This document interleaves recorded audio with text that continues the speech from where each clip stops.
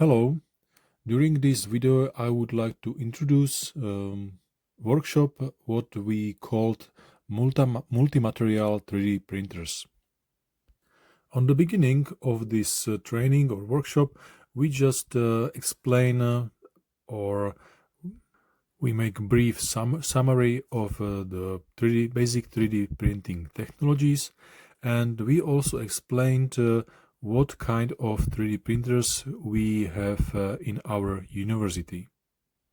After theoretical part of our workshop, we continue our work in a laboratory where we practically make some experiments with our 3D printers.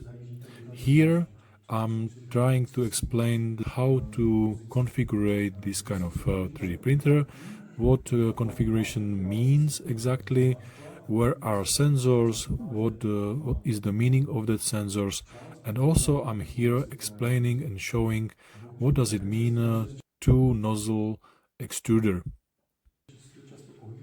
In this older 3D printer with two nozzles, I'm trying to explain them that two nozzles in one extruder is quite impossible to make a configuration because of the differences between temperatures. It is the reason why we're not using this technology today. A few years ago, Prussia companies create the 3D printer called MK3, and to that kind of printer they create also special unit called multi-material unit. This unit is able to work with 5 different materials, but this technology is using the 3D printer with one nozzle, 3D printer with one extruder and with one nozzle, and this technology is able to change filament inside of the nozzle one by one. So it means we are not able to print with two filaments together in one time, but we are able to print with one filament in one time, in current time.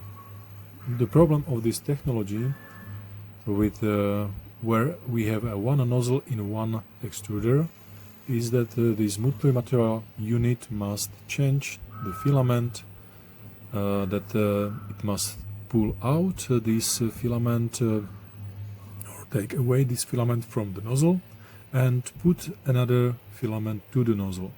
During that change, unfortunately, after few times, the ends of the filaments makes changes, means size of this or diameter of this filament is changed, and sometimes also end of this filament is changed. Here is on this picture what happens after few changes. These shape changes of this filament makes problems during the changes of this filament, and many times the filament is stuck inside of this multi-material unit. That's the reason why this technology is not ideal for industry. 1 year ago, also same company create new 3D printer called XL Prussia. Of course, also this new 3D printer has also some problems, and problem is a big price. So let's say not everything is ideal, and for smaller companies or for smaller industry could be a problem to buy this kind of 3D printer. So main goal of this training was to explain to the companies what's the difference are between 3D printers, what they can buy today, and what results they can achieve.